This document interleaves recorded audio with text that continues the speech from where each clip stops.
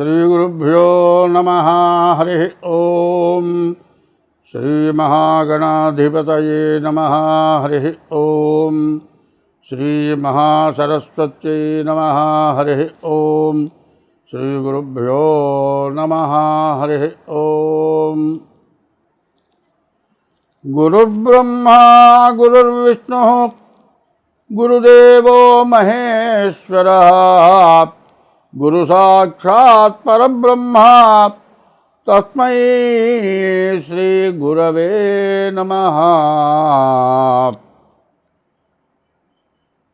అన్నదానము కన్నా అధిక దానము లేదు, తల్లిదండ్రుల కన్న దైవమేది, సత్యశీలత కన్న జగతీత పంబేది, దయ కంటే ఎక్కువ ధర్మమేది, సుజన సంగతి కన్న చూడలాభంబేది, క్రోధంబు కన్న శత్రుత్వమేది, అంగనామణి కన్న అభినవమణి ఏది, రుణము కంటెను నరునకు రోగమేది, ధరణి అపకీర్తి కంటెను నరకమేది, సర్వదా కీర్తి కంటెను స్వర్గమేది, సర్వలోకాభిరామ శ్రీరంగధామ. 2025వ సంవత్సరం మే నెల ధనస్సు రాశి ఫలితాలు చెప్పుకుందాం. మరి ధనస్సు రాశి ఎట్లా ఉంది? రవి బుధులు బాగున్నారు. బుధాదిత్య యోగం మంచి యోగం. వ్యాపారం బాగా సాగుతుంది. సప్తమంలో గురువు ఉన్నాడు, శుక్రుడు బాగున్నాడు కాబట్టి వివాహం జరగడానికి బాగుంది. సప్తమ గురువు ఉంటానా మంచి భార్య వస్తుంది, మంచి అనుకూలత వస్తుంది, మంచి వ్యాపారం వస్తుంది. ఆమె వచ్చిన తర్వాత బాగా కలిసి వస్తుంది. మీకు ఇంతకుముందు ఏదన్నా రావాల్సిన డబ్బు రాక ఇరుక్కుపోయి ఉంటే అవి కూడా వస్తాయి. ఇది ఈ 12 రాశుల్లో బాగా కలిసి వచ్చే రాశి ఇది 2 రాశి, ధనస్సు రాశి. ఈ ధనస్సు రాశి కూడా చాలా బాగుంది. కానీ ఈ రాశితో తృప్తి పట్టడం కాదు, మీ జన్మలగ్నం ఎట్లా ఉందో చూపించుకోండి, అప్పుడు మీకు బాగుంటుంది. ఒక దారిని వచ్చి ఒక దారిని రాకపోతే ఇబ్బంది. బండికి 2 చక్రాలు ఉన్నాయండి. ఓ చక్రం బాగా రాగుతుంది తిరుగు లేకుండా. బండి రాగుతుంటే ఎట్టాగైనా సరే ఎద్దు ఈడ్చుకుపోతుంది, ఎట్టవట లాక్కుపోతుంది. రెండో చక్రం పనిచేయకపోయినా లాగి లాగి లాగి చక్రం ఇరిగి కింద పడుతుంది. చక్రం ఇరిగి కింద పడిన తర్వాత బండి ఏమైనా లాగుతుందా? ఆ చక్రం రెండో చక్రం అయినా పనిచేస్తే చక్రం కూడా పని చేయగలుగుతుందా? కాబట్టి బండికి 2 చక్రాలు ఎట్లాగో మరి జన్మలగ్నం గోచారం 2 కూడా అవసరం. జన్మలగ్నాన్నేమో పుట్టిన టైంను బట్టి వచ్చేది, మరి గోచారమేమో జన్మ నక్షత్రాన్ని బట్టి వచ్చేది. ఈ 2 రకాలుగా చూడటం మంచిది. ఈ రాశి వాళ్ళు డేట్ ఆఫ్ బర్త్ ద్వారా మీ జాతకం చూపించుకోండి, మీకు అన్ని విధాలా చాలా బాగుంటుంది.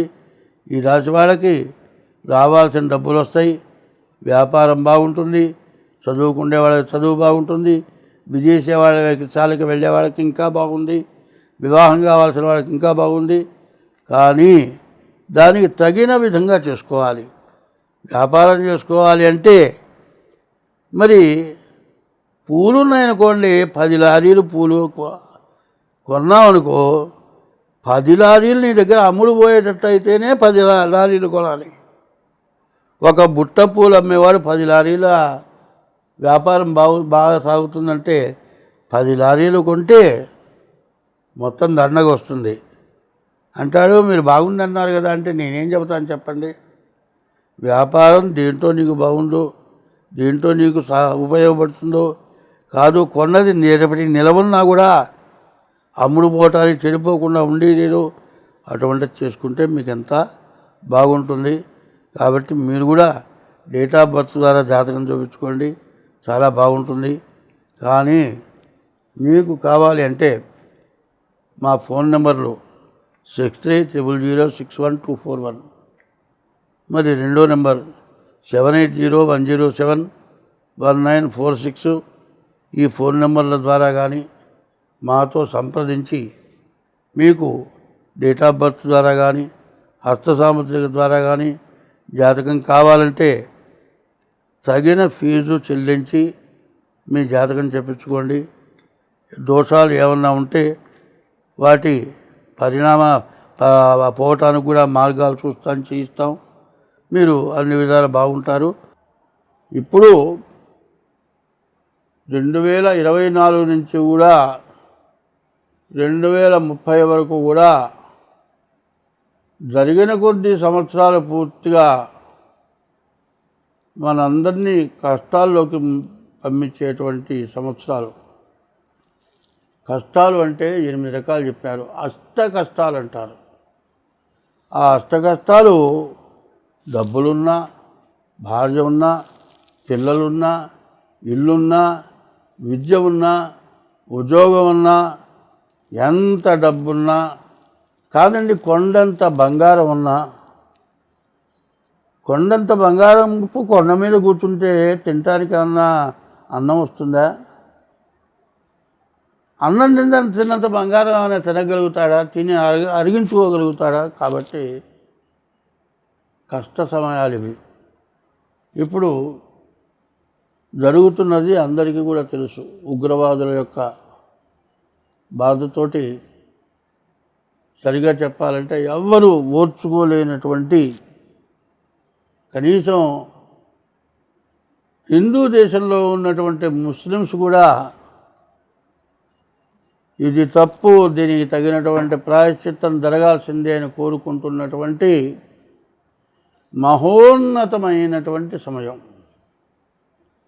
ఈ సమయం ప్రతీకారం తీర్చుకుంటామంటాం కాదు కావాల్సింది.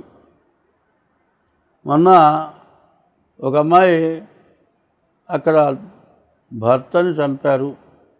అతను కూడా మిలిటరీ మ్యానే. భర్త చచ్చిపోయినందుకు, తనకు భర్త లేనందుకు కాదు, శాంతి కావాలని కోరుకుంది. ప్రతీకారం తీర్చుకోమని కోరుకోలే. అంటే ప్రతీకారం తీర్చుకోకుండా ఇట్లాంటి వాళ్ళని బాగా ప్రోద్బలం చేస్తావా అంటారేమో. అది మనం ప్రోద్బలం చేస్తే అయ్యేది కాదు. ప్రోద్బలం చేస్తే ప్రతివాడు కూడా అటువంటి పని చేయడానికి ఇష్టపడడు. అది కాలచక్రం. ఈ కాలచక్రం ఇదే కాల సర్పం అన్నారు. కాలమే సర్పమే కాటేస్తుంది. ఎవడు చేసిన కర్మ వాడు అనుభవించక తప్పదు. కాబట్టి ఇప్పుడు జరిగిన దానికి మరి దాదాపు 40 మంది జనాలను చంపారు. దాని గురించి అందరం కూడా చాలా బాధపడుతున్నాం. కానీ ఇట్లా ఎందుకు జరిగింది? ఇది జరగటానికి సమస్య ఏమిటి? సమస్య కాదు కావాల్సింది. ఏదైనా కావాల్సింది అడగటం, తీసుకోవటం ధర్మం. అట్లా కాకుండా దురాగతంగా చేయటం అంతకంటే అధర్మం. అది కూడా కాదండి. ఇట్లా జరగటానికి అవకాశం ఏంటంటే, ఒకటి చెప్పారు భాగవతంలో, కర్మమున పుట్టు జంతువు కర్మములను వృద్ధి పొందు, కర్మమును చెడున్, కర్మమే జనులకు దేవత, కర్మమే సుఖ దుఃఖములకు కారణం అధిప అన్నారు మన తెలుగుదేశం. ఇదివరకు ఆంధ్రదేశం అన్నారు, ఆంధ్రప్రదేశ్ అన్నారు, కాదు ఇప్పుడు తెలంగాణ అన్నారు. ఈ తెలంగాణలో బమ్మెరలో జన్మించినటువంటి మరి మరో వ్యాసుడు, నూతన వ్యాసుడు, వ్యాసుడు కంటే ఇంకా గొప్పవాడని చెప్పుకోవాలి. ఆయన పద్యం రాశాడు. కర్మమున పుట్టు జంతువు కర్మములను వృద్ధి పొందు, కర్మమే జనులకు దేవత, కర్మమే సుఖ దుఃఖములకు కారణం అధిప అని రాశారు. వ్యాసుడు రాసిన దానికంటే కూడా ఇంకా విశేషమైన స్థితిలో భాగవతాన్ని మరి ఆ బొమ్మర పోతనామాత్రుల వారు రచించారు. తర్వాత ఇప్పుడున్నటువంటి బాధ శాంతి. ఈ శాంతి ఎట్లా వస్తుంది? శాంతి మనం కోరుకుంటే భగవంతుడు ఏది చేయాలో అది చేస్తాడు. భగవంతుడు ఇప్పుడు ఏది అవసరమో అది ఇస్తాడు ఖచ్చితంగా. మనం కోరుకుంటే వచ్చేది కాదు, కోరుకోకపోతే పోయేది కానే కాదు. ఇప్పుడున్న పరిస్థితుల్లో, ఇప్పుడున్న జరిగిన దానికి భగవంతుడు ఏది ఇవ్వాలో అది ఇస్తాడు. అది ఎట్లా వస్తుందో నేను ఒక్క పద్యంలో చెబుతాను. అన్నదానము కన్నా అధిక దానము లేదు, అన్నదానాన్ని మించిన దానం లేదు. తల్లిదండ్రుల కన్నా దైవమేది, తల్లిదండ్రుల కంటే మించిన దైవం లేరు. సత్య శీలత కన్నా జగతి తపంబేది. సత్యం పలకటం. శీలత అనగా పరస్త్రీ వ్యామోహం. పర అనేది ఏదైనా సరే మనది కాని దానికి వ్యామోహించడం. సత్యశీలత కన్నా సత్యానికి అబద్ధం ఆడకుండా ఉండటం, ఇంకో దానికి ఆశపడకపోవటం. సత్యశీలత కన్నా జగతి తపంబేది. దయ కంటే ఎక్కువ ధర్మమే. దయ ఎట్లా ఉంటుంది? నీ దగ్గర 100 రూపాయలు జేబులో ఉన్నాయి, తిరిగి ఇంటికి వెళ్ళాలంటే ఆటో ఛార్జీ కావాలి. ఒక మనిషి 3 రోజుల నుంచి అన్నం లేక పడిపోయినాడు. వాడి ప్రాణం నిలబెట్టాలంటే ఆ 100 రూపాయలు ఖర్చు పెట్టి ఒక సిలైనో ఏదో ఎక్కిస్తే వాడు బతికి బయటపడతాడు. నీవు నడిచి ఇంటికి వెళ్ళినా తప్పు లేదు, కానీ ప్రాణం పోయేవాడిని రక్షించడం దయ. దయ కంటే ఎక్కువ ధర్మమేది. సుజన సంగతి కన్నా చూడ లాభం బేది. మంచిని చూడటం కంటే మించినటువంటిది ఇంకోటి లేదు. ఏదైతే మంచి, ఇప్పుడు మనం చెప్పుకున్నాం, ప్రాణాపాయ స్థితిలో ఉన్నాడు, 3 రోజుల నుంచి ఆహారం లేదు, వాడు చచ్చిపోతాడు. వాడు బతకాలంటే మనకి తర్వాత రేపటి రోజు మన సంగతి ఏమన్నా కానీ ఇంటికి పోయే లోపల మనం ఏమన్నా కానీ ముందు ఆ మనిషిని బతికిద్దామని ఆ 100 రూపాయలు ఖర్చు పెట్టి ఆ శిలైనెక్కిచ్చి మరి ఆ జీవిని రక్షించడం, అది సత్యశీలత కన్నా జగతి తపంబేది. దయ అటువంటి దయ కంటే, ఇప్పుడు ఆ మనిషిని బతికించడం దయ కంటే ఎక్కువ ధర్మమేది. సుజన సంగతి కన్నా చూడ లాభం వేది.